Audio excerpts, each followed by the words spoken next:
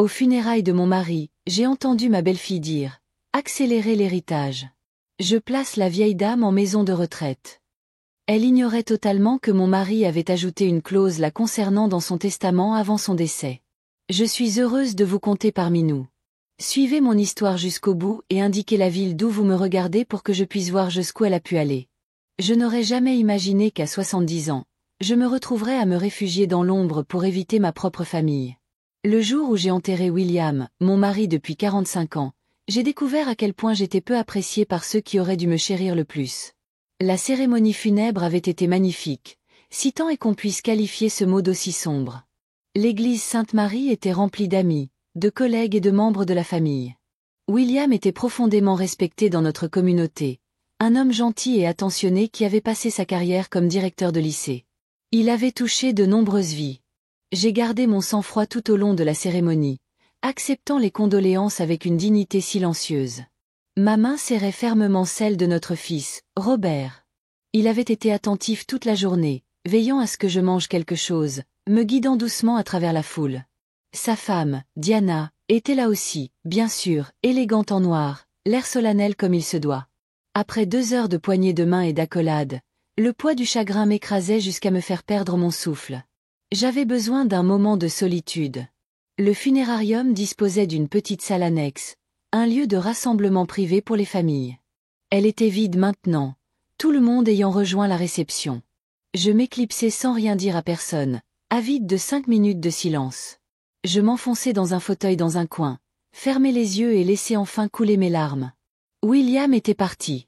Mon partenaire, mon confident, mon ancre. 45 ans ensemble, et maintenant j'étais seule. Je ne sais pas combien de temps je restais assis là avant d'entendre la porte s'ouvrir. Je m'essuyai rapidement les yeux, ne voulant pas me retrouver dans un tel état de vulnérabilité. Mais les nouveaux venus ne me remarquèrent pas dans mon coin, partiellement caché par une grande composition florale. Je t'avais dit qu'on aurait dû aborder ce sujet avant sa mort, dit Diana d'une voix dénuée du ton compatissant qu'elle avait adopté toute la journée. Ce n'était pas le bon moment, répondit Robert, l'air fatigué. Il souffrait déjà assez. Je me figeai, sans le vouloir. J'écoutais aux portes, mais soudain, incapable d'annoncer ma présence. Bon, maintenant, il faut s'occuper d'elle, poursuivit Diana d'une voix aigre d'irritation. Tu dois parler à l'avocat dès lundi matin.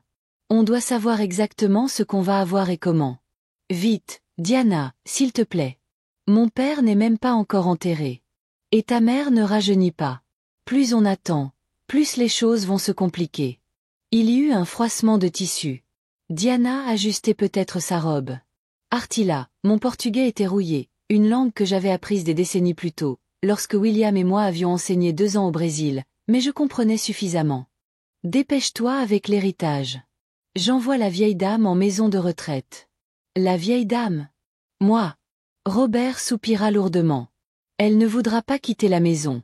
Bien sûr que non. Mais elle ne peut pas se débrouiller seule, et tu le sais. L'endroit est trop grand. Il y a des escaliers, et elle commence déjà à perdre la mémoire. C'est la solution la plus raisonnable. Peut-être qu'elle pourrait vivre avec nous. Suggéra Robert d'un ton hésitant. Le rire de Diana était froid. Dans notre maison avec mon emploi du temps. De plus, tu sais comme elle se mêle toujours des affaires de tout le monde. Je ne peux pas la laisser là à juger tout ce que je fais. C'est ma mère, Diana, et tu es mon mari. C'est notre vie, notre avenir. L'argent de la vente de cette maison pourrait faire une vraie différence pour nous. Une pause pour les études supérieures des enfants. Je restais immobile, osant à peine respirer. William était parti depuis moins d'1 semaine. Nous n'avions même pas encore eu la lecture du testament, et déjà il partageait nos vies, décidant de mon avenir sans moi. On en reparlera plus tard, dit Robert fermement. Aujourd'hui, il s'agit de respecter mon père. D'accord, mais ne tardez pas trop. Le marché immobilier est en plein essor. Ils partirent, la porte se refermant doucement derrière eux. Je restais figé, leurs mots résonnant dans ma tête. La vieille femme, la maison de retraite. Quand je parvins enfin à me lever, mes jambes tremblaient sous moi. Je m'aperçus dans un miroir accroché au mur, pâle, vieilli, diminué par le chagrin. Était-ce ainsi qu'ils me voyaient? Un fardeau à gérer, un obstacle à leur héritage? En trébuchant vers la réception, une pensée me revenait sans cesse à l'esprit. William m'avait dit quelque chose quelques jours avant son décès. Nous avions discuté finances, et il m'avait serré la main, le regard grave malgré sa faiblesse. Et l'année, je me suis occupé de tout, avait-il dit. Ne t'inquiète pas pour l'avenir. Je me suis assuré que tu sois protégé. Sur le moment, j'avais cru qu'il essayait juste de me réconforter. Maintenant, je me demandais s'il avait deviné ce qui allait arriver. La maison semblait différente à mon retour des funérailles. Plus vide, plus froide. William et moi avions vécu dans cette modeste maison coloniale de 2 étages pendant près de 30 ans. Nous y avions élevé Robert, célébré les fêtes, essuyé les tempêtes, au sens propre comme au figuré. Maintenant, ces murs familiers semblaient résonner d'absence. Ce soir-là, j'ai erré de pièce en pièce, touchant les affaires de William, les lunettes de lecture qu'il avait laissées sur sa table de nuit, le cardigan encore accroché au crochet près de la porte, les mots croisés à moitié terminés sur la table basse. De petits morceaux d'une vie soudainement interrompue. Je ne pouvais me résoudre à en déplacer aucun. Le sommeil ne vint pas facilement cette nuit-là. Les mots de Diana résonnaient dans mon esprit comme une cruelle provocation. Mandaraïa Procilo envoie la vieille dame dans une maison de retraite. J'avais passé toute ma vie d'adulte comme institutrice de maternelle à m'occuper des enfants des autres. J'avais élevé mon propre fils avec tout l'amour et la patience dont j'étais capable. Était-ce tout ce que j'avais vécu ? Être mis au rebut quand je n'étais plus utile. Le lendemain matin, on frappa joyeusement à ma porte. Diana se tenait sur mon porche, un sourire éclatant aux lèvres, un plat à gratin à la main. Et les lanards, je t'ai apporté un pâté au poulet. Je sais combien il peut être difficile de cuisiner pour une seule personne. Je me suis forcée à sourire et je l'ai invitée à entrer, me demandant si elle se doutait que j'avais entendu ses plans. Avait-elle toujours été aussi transparente, ou le voyais-je seulement maintenant ? Merci, Diana. C'est très attentionné. Elle est entrée dans ma cuisine, a posé le plat et a immédiatement ouvert les placards comme si elle était la propriétaire. Laisse-moi t'aider à ranger un peu. Cette cuisine est vraiment comme ça. Elle s'est arrêtée, cherchant un mot diplomatique. En désordre. Je l'ai regardé commencer à réorganiser mon étagère à épices sans permission. Mon étagère à épices, que William m'avait fabriquée pour mon anniversaire il y a 15 ans. Chaque étagère étant soigneusement dimensionnée pour s'adapter à l'espace près de notre cuisinière. Je me débrouille très bien avec ma cuisine depuis 30 ans, ai-je dit, plus précisément que prévu. Diana se retourna, la surprise se lisant sur son visage avant que son masque de compassion ne reprenne sa place. Bien sûr que oui. Je pensais juste vous faciliter la tâche. Sa voix s'interrompit, désignant vaguement la chaise vide où William s'asseyait. Maintenant que je suis seule et apparemment incapable, les mots me échappèrent avant que je puisse les retenir. Ses yeux s'écarquillèrent légèrement. Éléanore, personne ne te croit incapable. On s'inquiète juste de savoir si tu gères cette grande maison toute seule. Elle n'est pas si grande. 2 chambres et un bureau, une salle de bain qui pose toujours problème et le jardinage. Je sirotai mon thé sans rien dire. William et moi avions envisagé de réduire la taille de notre maison il y a des années et avions renoncé. Nous aimions notre maison, notre quartier, le jardin que nous avions cultivé ensemble. Le chauffe-eau fonctionnait parfaitement avec un entretien régulier, et j'avais fait appel à un réparateur pour les travaux de jardinage plus importants. Robert et moi avons discuté, poursuivit Diana d'une voix douce mais ferme. Nous pensons qu'il est peut-être temps d'envisager des options plus faciles à gérer pour toi. Option. Résidence pour personnes âgées. Il y en a une charmante à seulement 20 minutes de chez nous. Appartement privé, mais avec du personnel disponible. Repas fournis. Activités. Elle sortait déjà des brochures de son sac à main. Les avait-elle aussi apportées aux funérailles ? Je ne suis pas prête à quitter ma maison, Diana. Je gardai une voix ferme, même si mes mains tremblaient. Personne ne dit « tout de suite », rétorqua-t-elle. Mais c'est bon de commencer à y réfléchir. Planifier. Planifier. Les funérailles venaient à peine de se terminer. J'ai trouvé quelque chose d'intéressant hier, dis-je en changeant de sujet. Je consultais l'agenda de William. Il avait eu plusieurs rendez-vous avec M. Goldstein dans les semaines précédant son décès. M. Goldstein était notre avocat. Depuis des décennies. Le sourire de Diana s'est évanoui un instant. Oh, oui. Je me demande de quoi il parlait. Probablement juste de mettre à jour son testament. La procédure habituelle quand on est mourant. Elle fit un nouveau signe de la main, refusant de dire « mourir ». Probablement, approuvai-je doucement. Quand est prévue la lecture? Robert s'en est occupé. Je crois que c'est la semaine prochaine. Elle s'est levée brusquement. Je devrais y aller. J'ai un déjeuner de charité à midi.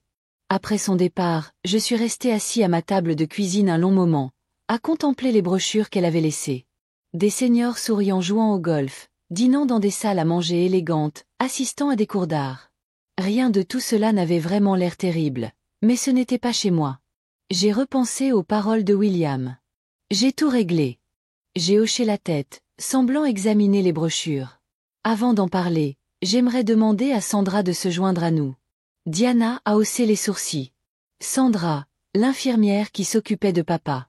Oui, elle passe ce matin. J'ai jeté un coup d'œil à ma montre.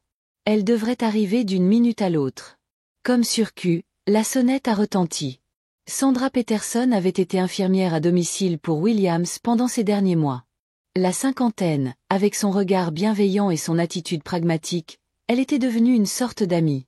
Désolée pour le retard, a-t-elle dit en entrant dans le salon. La circulation était terrible. Diana a légèrement plissé les yeux. Éléanore, nous espérions avoir une discussion familiale. Sandra était presque de la famille ces derniers mois, ai-je répondu. Et son expérience professionnelle pourrait être utile. Sandra s'est assise à côté de moi, sa présence me donnant du courage.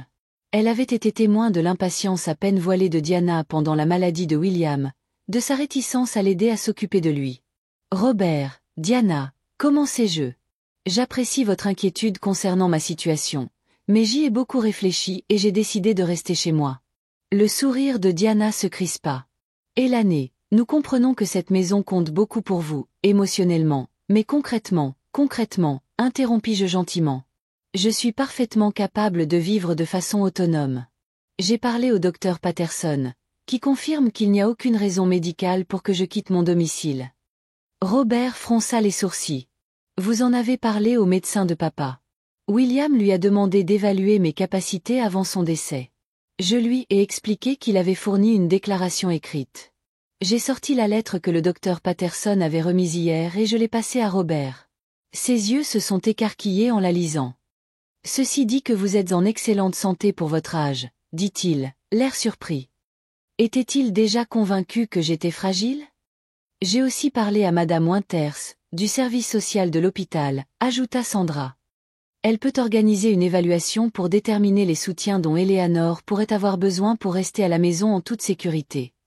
Diana se tortilla, mal à l'aise. Cela semble prématuré. Nous explorons simplement les options. En fait, j'ai dit, on dirait que tu as déjà décidé que je devrais déménager dans une résidence pour personnes âgées. Envoyer la vieille dame dans une maison de retraite où je crois exactement à tes paroles. Le silence se fit. Diana pâlit, puis rougit. Je ne sais pas ce que tu crois avoir entendu, mais je t'ai entendu à l'enterrement, Diana, dis-je doucement. Dans la pièce à côté, j'étais assise dans un coin. Le visage de Robert s'assombrit. Maman, je ne te reproche pas de penser à l'avenir, ai-je continué. Mais je ne suis pas prête à quitter ma maison, et il n'y a aucune raison légitime que je le fasse. Sandra m'a aidé à élaborer un plan pour vieillir chez moi en toute sécurité. Sandra hocha la tête. De simples aménagements comme des barres d'appui dans la salle de bain, un système d'alerte médicale et des contrôles réguliers peuvent résoudre la plupart des problèmes de sécurité. Je serais ravie de revoir le plan avec vous deux, se leva brusquement Diana. On dirait une embuscade. Ce n'est pas prévu, lui assurai-je. Je suis juste pragmatique, comme tu l'avais suggéré. La sonnette retentit à nouveau. Cette fois, c'était Emma, ma petite fille de 16 ans, qui entrait avec la clé qu'elle avait toujours eue. Salut, grand-mère, appela-t-elle, puis s'arrêta net, voyant tout le monde rassemblé. Oh, pardon. Je t'interromps? Pas du tout, ma chérie, dis-je. On discute juste en famille. Emma, grande et pensive comme son grand-père, jeta un coup d'œil dans la pièce tendue. Tout va bien. On discute de la situation de grand-mère, expliqua Robert. Emma fronça les sourcils. Qu'en penses-tu? Tes parents pensent que je serais mieux dans une résidence pour personnes âgées? Expliquai-je doucement. Quoi? Pourquoi? Emma parut sincèrement choquée. Grand-mère se débrouille très bien toute seule. Elle m'a littéralement appris à faire des lasagnes maison le week-end dernier. Les lèvres de Diana se pincèrent. Emma, Les décisions d'adultes sont plus compliquées que ça. Je ne suis pas une enfant, maman, répondit Emma. Et grand-mère n'est pas incapable juste parce qu'elle a 70 ans. J'ai ressenti un élan d'affection pour ma petite fille, si farouchement protectrice. Elle venait plus souvent depuis le décès de William. Parfois en train de faire ses devoirs à la table de la cuisine, parfois simplement assise avec moi dans un silence confortable. Emma, pourquoi ne m'aiderais-tu pas à apporter des biscuits de la cuisine? Suggéra Sandra, accordant un moment à la famille. Lorsqu'ils partirent, Robert soupira profondément. Maman, je veux juste ce qu'il y a de mieux pour toi. Je sais que tu le veux, dis-je en lui tendant la main. Mais ce qui est le mieux pour moi en ce moment, c'est de rester chez moi avec un soutien approprié. William et moi en avons discuté avant son décès. C'était notre décision. Robert semblait déchiré, le regard partagé entre moi et Diana. La lecture du testament a lieu demain, lui rappelai-je. Attendons de voir ce que William veut avant de prendre des décisions importantes concernant la maison ou mon logement. Diana se leva et lissa sa jupe. On devrait y aller. J'ai un rendez-vous chez le coiffeur. Après leur départ, Sandra resta prendre un autre café. Tout se passa aussi bien qu'on pouvait l'espérer, observa-t-elle. Merci d'être venu, dis-je. Votre présence m'a été d'une grande aide. Emma revint après avoir accompagné ses parents. Grand-mère, essaie-t-il vraiment de te faire déménager? Je soupirai. Ils sont inquiets à leur manière. Ils sont ridicules, déclara Emma. Ne t'inquiète pas, je ne te laisserai pas faire.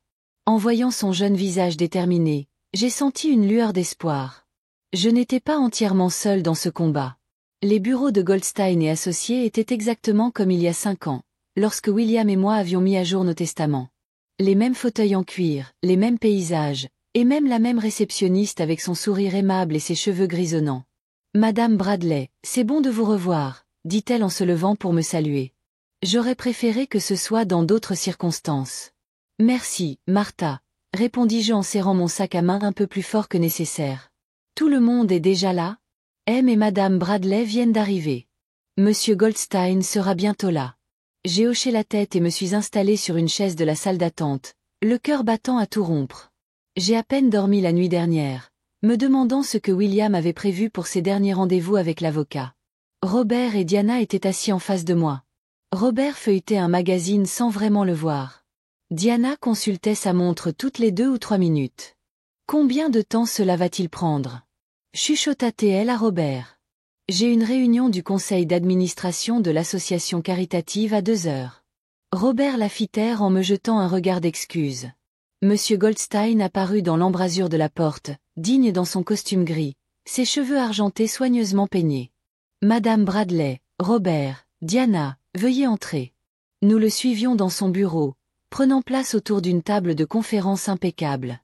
Monsieur Goldstein s'installa à la tête, un épais dossier ouvert devant lui.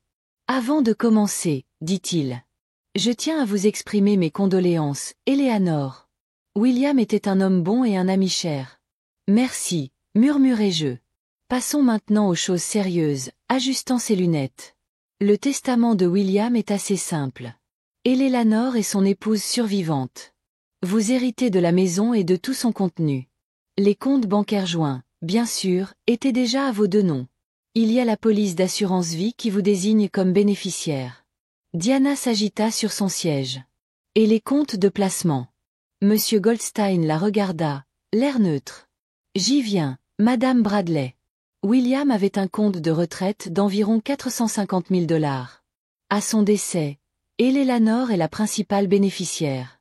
Robert hocha la tête, l'air impassible. Il y a cependant une clause que William a ajoutée il y a 3 mois, poursuivit Monsieur Goldstein en tournant une page du document. Elle concerne spécifiquement la maison. J'ai ressenti un frémissement d'impatience. C'est sûrement ce que William avait prévu. La maison du 1142, rue Maple est léguée à Eleanor Bradley, avec droit de résidence à vie. À son décès, ou si elle choisit volontairement de vendre la propriété, elle passera à Robert Bradley. Diana se pencha légèrement en avant, son intérêt piquant. Cependant, Monsieur Goldstein insista sur le mot « il y a une condition ». Si Eleanor est forcée ou poussée à quitter son domicile contre sa volonté ou sans la recommandation documentée d'au moins 2 professionnels de santé indépendants attestant qu'elle nécessite des soins qu'elle ne peut recevoir à domicile, la maison ne passera pas à Robert Bradley. Elle sera vendue et le produit de la vente sera reversé à la Fondation pour la recherche sur la maladie d'Alzheimer en mémoire de la mère de William. Le silence se fit dans la pièce. Je fixai M. Goldstein, osant à peine croire ce que je venais d'entendre.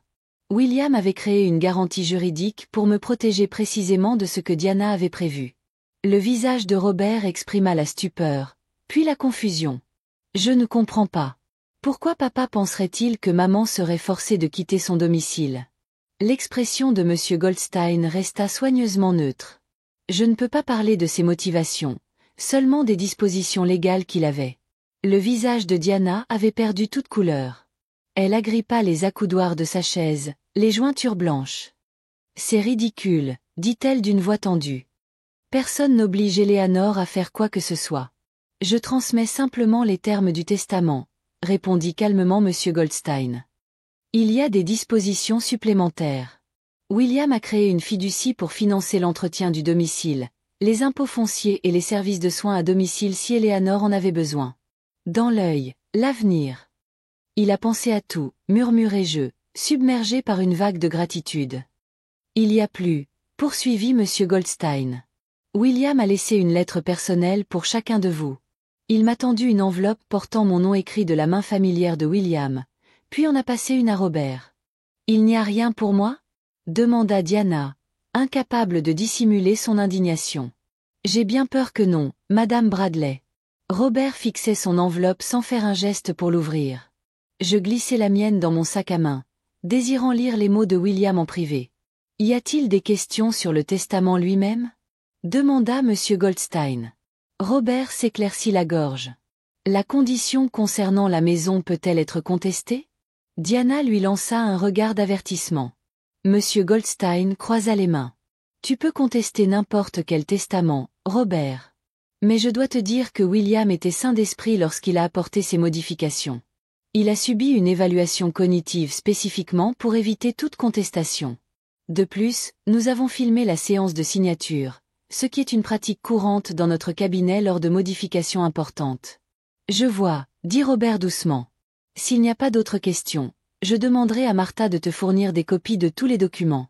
Devant le cabinet de l'avocat, Diana ne chercha même pas à cacher sa colère. C'est absurde, souffla-t-elle à Robert. Ton père m'a spécifiquement visé avec cette clause. Diana, pas maintenant, murmura Robert en me jetant un coup d'œil. Il faut que je rentre, dis-je, ne voulant pas prolonger ce moment inconfortable. Emma vient après l'école pour m'aider à trier des vêtements de William pour les donner. Je te conduis, proposa Robert. Ce n'est pas grave. Je conduisais moi-même. Je conduisais depuis 50 ans sans incident. Même si Diana avait récemment commencé à suggérer qu'il était peut-être temps de reconsidérer mon droit de conduire. Maman, il faut qu'on en parle, dit Robert, l'air troublé. Oui, on en parle, approuvai-je. Mais pas aujourd'hui. Aujourd'hui, il faut que j'assimile ce que nous avons appris. En rentrant chez moi, les mains fermement sur le volant malgré mon émotion, je repensai à l'enveloppe dans mon sac à main. Quel dernier mot William m'avait-il laissé? De retour à la maison, je me préparai une tasse de thé et m'assis dans ma chambre, ouvrant soigneusement l'enveloppe. Ma chère Eleanor, si tu lis ceci, c'est que je suis partie et que tu affrontes les difficultés que je redoutais. J'ai vu comment Diana regarde notre maison, comment elle parle de la suite des événements quand elle pense que je ne l'écoute pas. Je connais notre fils. C'est un homme bien, mais facilement influencé par ses ambitions. Je suis désolée de ne pas être là pour te soutenir, mais j'ai fait tout mon possible pour te protéger. La maison est à toi aussi longtemps que tu la désires. L'argent est là pour l'entretenir et prendre soin de toi. Ne les laisse pas te forcer à prendre des décisions qui ne te conviennent pas. Souviens-toi de ce que nous nous sommes toujours dit. On peut plier, mais on ne se brise pas. Tu es plus forte que tu ne le penses, Elané. J'ai vu cette force chaque jour depuis 45 ans. Je t'aime de tout mon cœur, maintenant et pour toujours, William. Des larmes coulaient librement sur mes joues tandis que je serrais la lettre contre mon cœur. Même de l'au-delà, William me protégeait, se battait pour moi. Quand la sonnette retentit 1 heure plus tard, je m'étais ressaisie. C'était Emma, sac à dos en bandoulière, l'air inhabituellement sérieux. Grand-mère, il faut qu'on parle, dit-elle en entrant. Papa et maman se disputent à propos du testament. Papa laissa échapper un mot. Une maison de retraite. Que se passe-t-il vraiment? J'ai fait entrer Emma dans la cuisine, l'esprit en ébullition. Combien de temps devrais-je raconter à ma petite fille de 16 ans les tensions entre ses parents et moi? Elle était perspicace. Trop perspicace parfois. Mais elle était encore jeune. Tu veux un peu de limonade? Ai-je demandé pour gagner du temps. Grand-mère, a dit Emma en laissant tomber son sac à dos sur une chaise. S'il te plaît, ne me traite pas comme une gamine. Il y a quelque chose qui ne va pas, et je veux savoir quoi. J'ai soupiré en nous servant à toutes les deux des verres de limonade. Ta mère pense que je devrais aller dans une maison de retraite. Emma a écarquillé les yeux. Mais pourquoi? Tu es parfaitement bien ici. Elle pense que la maison est trop grande pour que je puisse la gérer seule. C'est ridicule. Emma a ricané. Cette maison n'est même pas si grande. J'ai souri tristement. Je pense qu'il y a d'autres considérations en jeu. Comme quoi? J'ai hésité, ne voulant pas dire du mal de Diana à sa fille. Des questions financières, peut-être. Le visage d'Emma s'est assombri de compréhension. La maison. Ils veulent la vendre, n'est-ce pas? J'ai hoché légèrement la tête. Ton grand-père avait anticipé ce qui pourrait arriver. Il avait mis une clause dans son testament pour m'empêcher d'être expulsé. Tant mieux pour grand-père, a dit Emma avec férocité. Puis son expression s'est teintée d'inquiétude. Mais maman n'abandonne pas facilement. J'ai vu comment elle obtient ce qu'elle veut. C'était un euphémisme. Diana avait toujours été déterminée, calculatrice. C'était en partie ce qui avait fait sa réussite dans sa carrière d'agent immobilier. Elle voyait des opportunités là où d'autres n'en voyaient pas, et elle les saisissait sans relâche. Je peux gérer ta mère, ai-je assuré à Emma avec plus d'assurance que je n'en ressentais. Emma a bu une longue gorgée de limonade, les sourcils froncés par ses pensées. Tu sais, a-t-elle finalement dit. Je pourrais emménager avec toi. J'ai failli m'étouffer avec mon verre. Quoi? Écoute-moi bien. Je vais m'installer l'année prochaine. Ce n'est qu'à 20 minutes. Je pourrais vivre ici au lieu de la résidence universitaire. J'aiderai à la maison. Et maman ne pourrait pas contester que tu es toute seule. J'ai été touchée par sa proposition, mais j'ai secoué la tête. Emma, c'est très gentil. Mais ta première année de fac devrait être consacrée à te faire des amis, à vivre pleinement l'expérience. J'aurai toujours tout ça, insista-t-elle. Mais j'aurai le logement gratuit et tu aurais de la compagnie. C'est pratique. Pratique. Le mot préféré de Diana. Avant que je puisse répondre, la porte d'entrée s'ouvrit. La voix de Diana s'éleva. Emma, es-tu là? Emma leva les yeux au ciel. Dans la cuisine, maman. Diana apparut dans l'embrasure de la porte, son sourire professionnel figé malgré la tension que je voyais dans ses épaules. Te voilà. Je croyais que tu aidais grand-mère à trier les vêtements de grand-père. On allait commencer, dit Emma, d'un ton soudain défensif. Diana nous jeta un coup d'œil, visiblement méfiante. De quoi parliez-vous si intensément? De projets d'université, dis-je d'une voix douce. Emma me parlait des programmes de l'État. Diana hocha la tête, même si elle n'avait pas l'air totalement convaincue. Emma, peux-tu nous accorder quelques minutes, à grand-mère et moi? Il y a quelque chose dont nous devons discuter. Emma croisa les bras. Si c'est à propos de grand-mère, je pense que je devrais rester. Emma, dit Diana d'une voix plus aiguë. C'est une conversation d'adulte. Je ne suis pas une enfant, maman. Je posai une main sur le bras d'Emma. Tout va bien, ma chérie. Pourquoi ne pas commencer à fouiller dans le placard à l'étage? Je te rejoins dans un instant. Emma hésita, puis prit son sac à dos à contre-cœur. D'accord, mais je ne vais pas loin. Elle lança un regard appuyé à sa mère avant de monter. Une fois seule, Diana s'assit en face de moi, son sourire s'effaçant. Éléanore, il faut qu'on parle de ce qui s'est passé chez l'avocat. Je croyais qu'on avait convenu d'en discuter un autre jour. Ça ne peut pas attendre, insista Diana. Cette clause, ajouta William, est manipulatrice et injuste. Je haussai un sourcil. Injuste. Comment ça? Elle vise clairement à nous empêcher de t'aider à prendre les décisions nécessaires pour ton avenir, ou à t'empêcher de les prendre à ma place, rétorquai-je doucement. Les yeux de Diana se plissèrent. Tu penses que je suis la méchante ici, n'est-ce pas? Que je ne m'en prends qu'à la maison. Je pense que tu as des opinions bien arrêtées sur ce qui devrait arriver à moi et à cette propriété, dis-je prudemment. Des opinions que tu as exprimées très clairement aux funérailles, Ses joues s'empourprèrent. J'étais émue ce jour-là. Nous l'étions tous. Oui, le deuil révèle souvent nos véritables pensées. Diana se pencha en avant, la voix basse. Et l'année, sois raisonnable. Cette maison vaut au moins 450 000 $ sur le marché actuel. Cet argent pourrait faire beaucoup pour l'avenir de Robert et Emma. Au lieu de cela, elle est juste là, sous-utilisée. C'est ma maison, Diana, pas un investissement locatif. Et ce pourrait être la maison de quelqu'un d'autre, une jeune famille qui a besoin d'espace. En attendant, tu pourrais vivre dans un bel appartement avec des gens de ton âge, des activités, des restaurants, tout ce qu'une femme de 70 ans devrait souhaiter, dis-je doucement. Elle soupira d'exaspération. J'essaie d'être pragmatique. Moi aussi.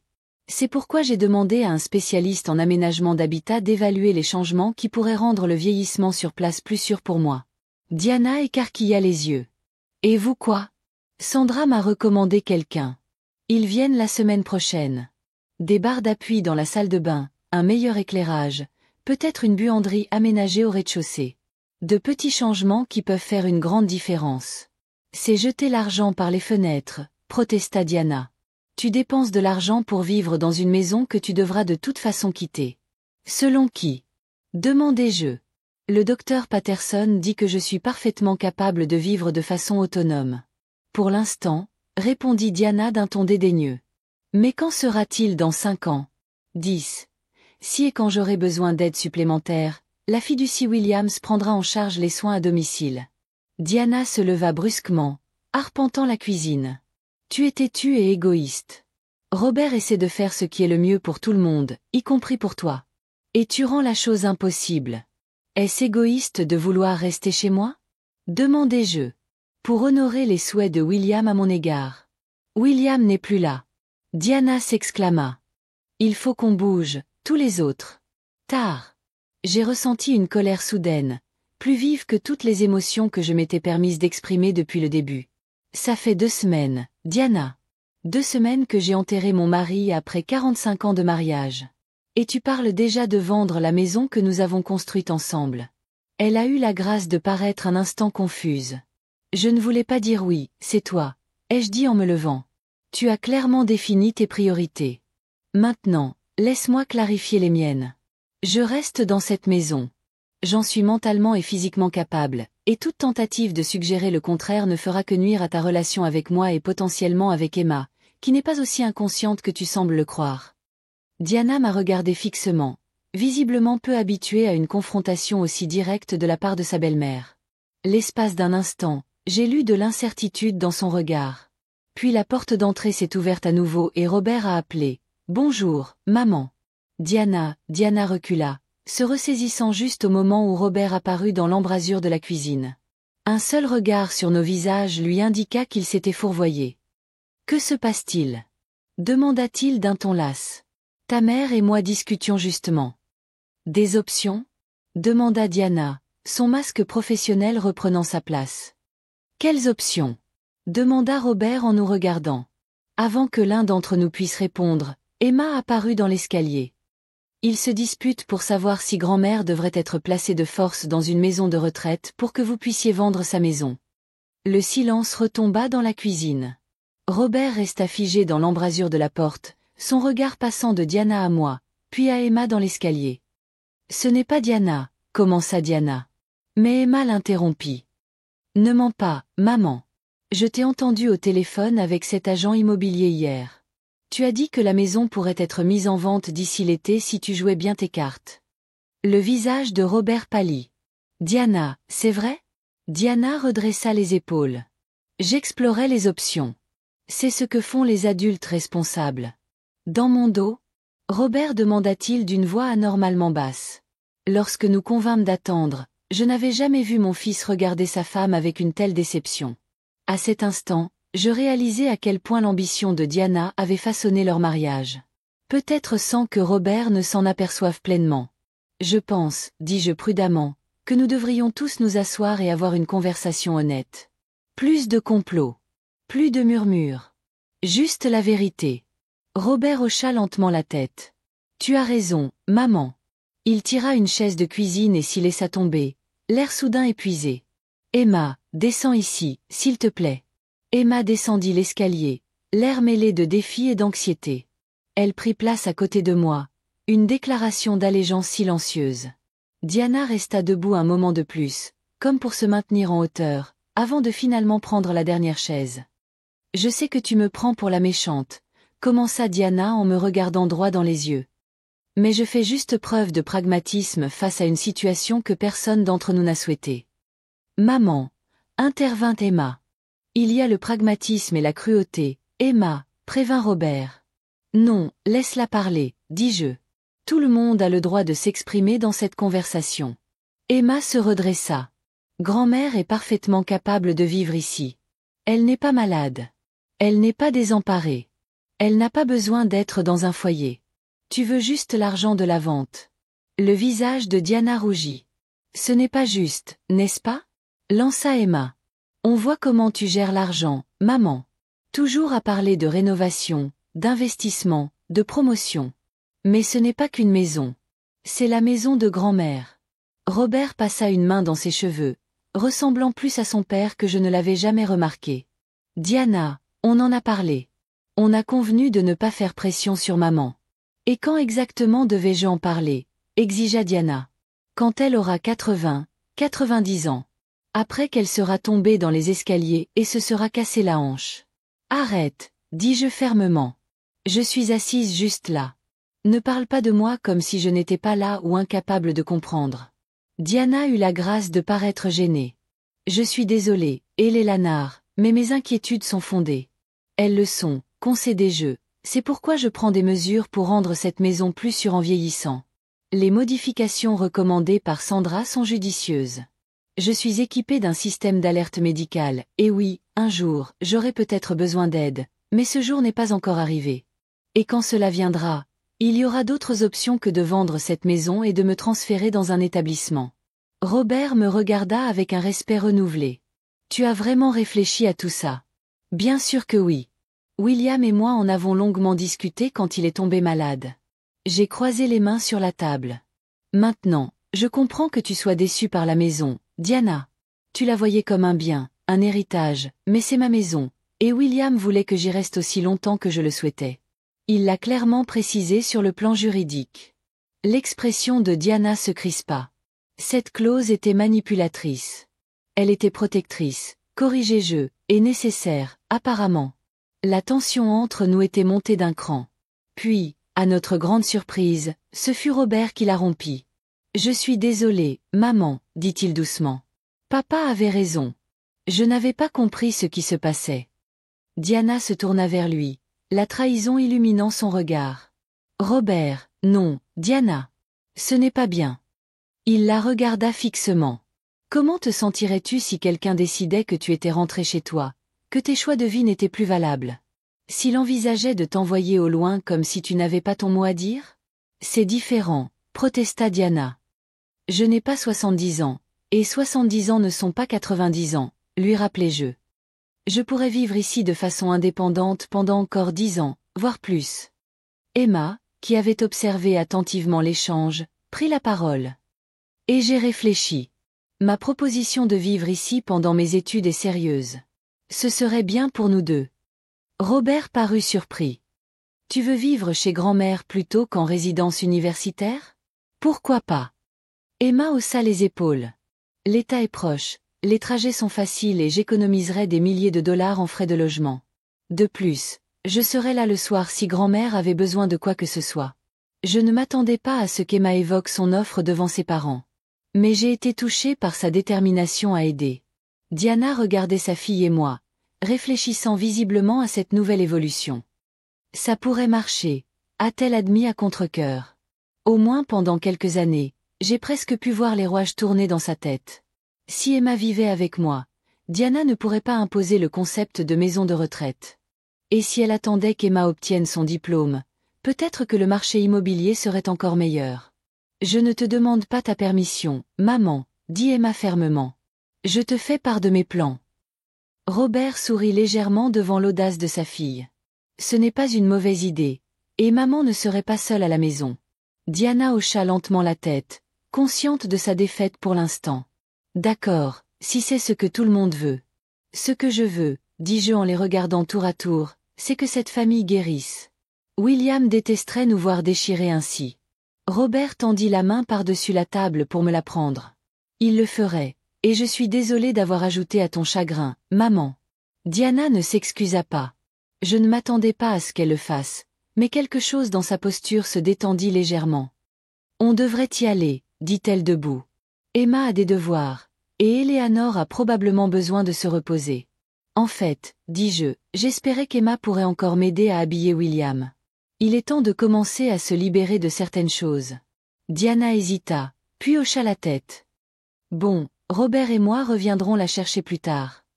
Après leur départ, Emma et moi j'ai passé l'après-midi à trier la garde-robe de William.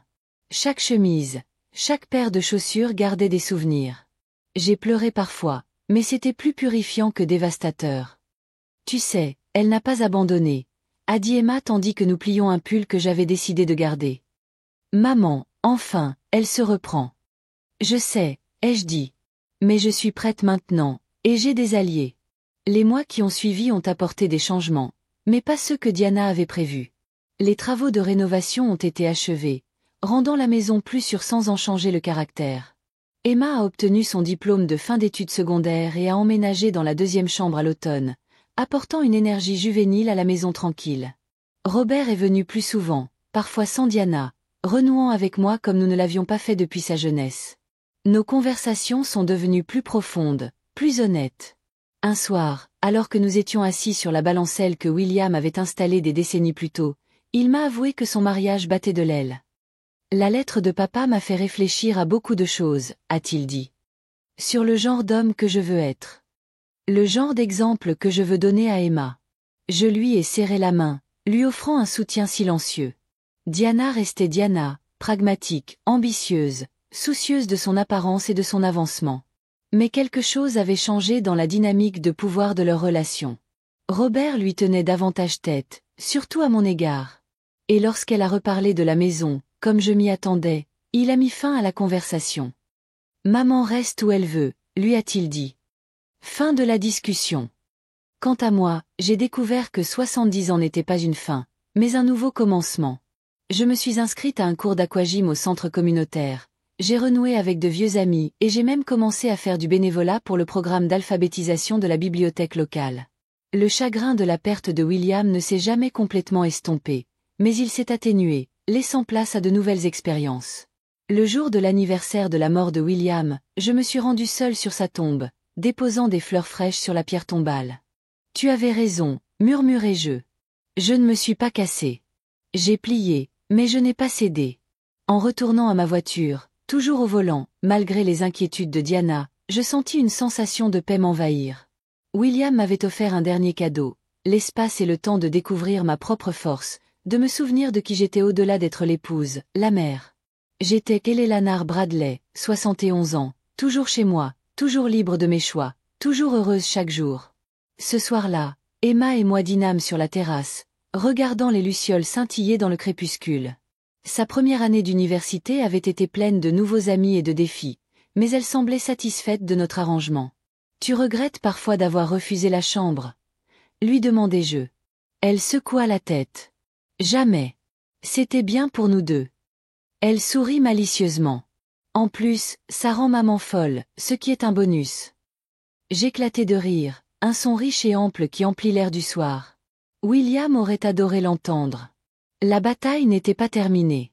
Bien sûr, Diana réessayerait un jour. Mais je n'avais plus peur. J'avais retrouvé ma voix, ma force, ma dignité, et je ne voulais pas lâcher prise.